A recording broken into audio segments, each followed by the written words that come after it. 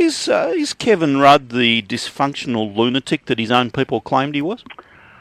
Well, these are the people who know him and who have worked with him, and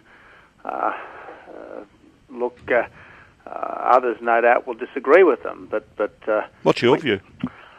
Well, I've never worked with Kevin. I know him obviously, but I've never worked closely with him. And but knowing him a little, I can understand why some people have made those comments about him. And I guess the question the Australian public will be asking today is, how is the change of Prime Ministership going to help them, or is it all about Kevin Rudd's ego? Will you target Kevin Rudd personally in the election campaign? Look, we'll be critical of the government, obviously, and the fact that the Labor Party politically executed yet another Prime Minister last night is a vindication of our criticisms of the government. So look, we'll be continuing to criticise the government, but in the end, the public want to know what a new government or what a political party might do for them, and we'll get rid of the carbon tax, we'll get rid of the mining tax, we'll stop the boats by putting in place the policies that have been proven to work. Of course, you will keep your tax cuts and your pension increases without a mining tax under the coalition, and in Melbourne, we'll build the East-West link. You already have a fairly negative ad appearing online, which is targeting Kevin Rudd with the words of his own people. Yep. So, can we expect it'll be personality-driven, the campaign? Well, it's interesting. Last night, Mr. Rudd said that people were over negative politics, and then started to run a whole lot of negative lines against the coalition and indeed against me. Well, look, it shouldn't be people being against someone. It should be people being for something, and what I'm for is a better government, a stronger economy, and a more confident and more successful Australia. Would you agree Kevin Rudd will be a tougher opponent for you than Julia Gillard? It'll be a harder election for you to win, a closer election? Look, Neil, every election is tough, and to win an election from opposition is like climbing Mount Everest. But we've already had a third of the cabinet resign. Others have offered their resignation, but because he can't afford to lose everyone, he hasn't accepted it. So we've had, if you like, a no-confidence motion, individual no-confidence motions from former senior cabinet ministers, and if they don't think this guy's up to it, I don't think we should expect any superior performance from him to that which we've had from Julia Gillard.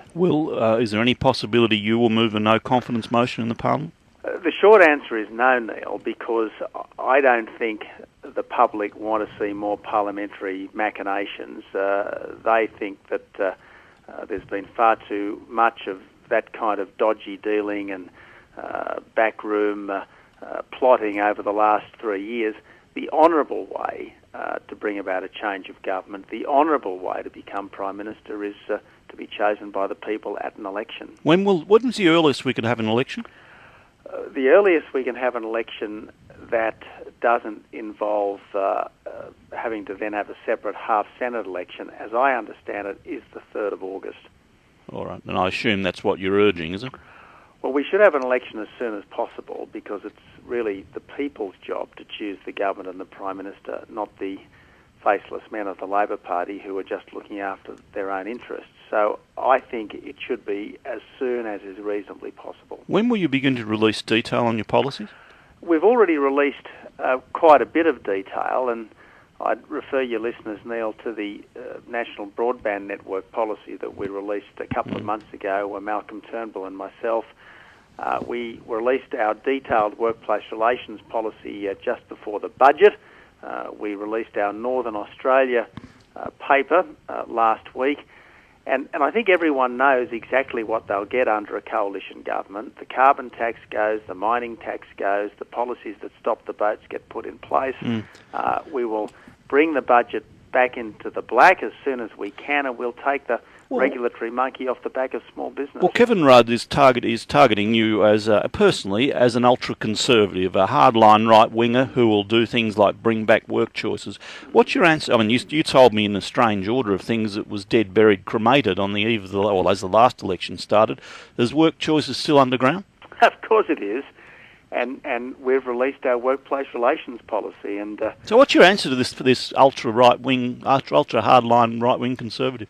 well, I think it's nonsense. I mean, it just shows that he has no answers of his own, and therefore he's acting like an alternative opposition leader before he's even become Prime Minister. Have you talked to the independents since this happened? Look, the short answer is no, Neil. I have fairly regular conversations with, or at least I was having fairly regular conversations with the only two independents that still wanted to talk to me, namely Bob Catter and Andrew Wilkie. They've thrown their lot in with Kevin Rudd because, look, they want this parliament to last as long as possible, because as long as the hung parliament lasts, they've got a very influential position. It'll be interesting to know what deals, if any, were offered to those independents and others to get them to agree to support a Rudd government. Again, I don't think the public want the government being changed through a squalid, sordid horse trade on the floor of the parliament.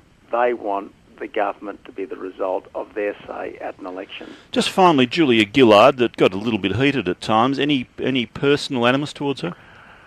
Look, I've never said she was a bad person. I've often said she's a bad Prime Minister, and I think my critique was vindicated last night.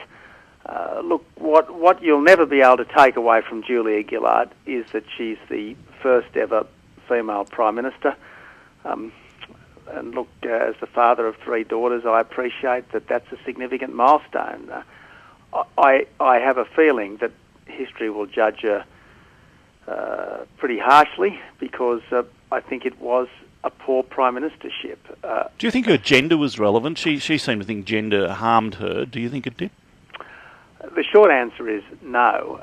Occasionally there were some silly, even offensive things said, which should never have been said, but 99.9% of the time she was under attack, not for being a woman, but for being a appalling Prime Minister. And that's the test. Can you do the job? Are you doing the job? And the Labor Party said no, she couldn't do the job, and that's why I'm not saying that the Labor Party were a bunch of misogynists last night.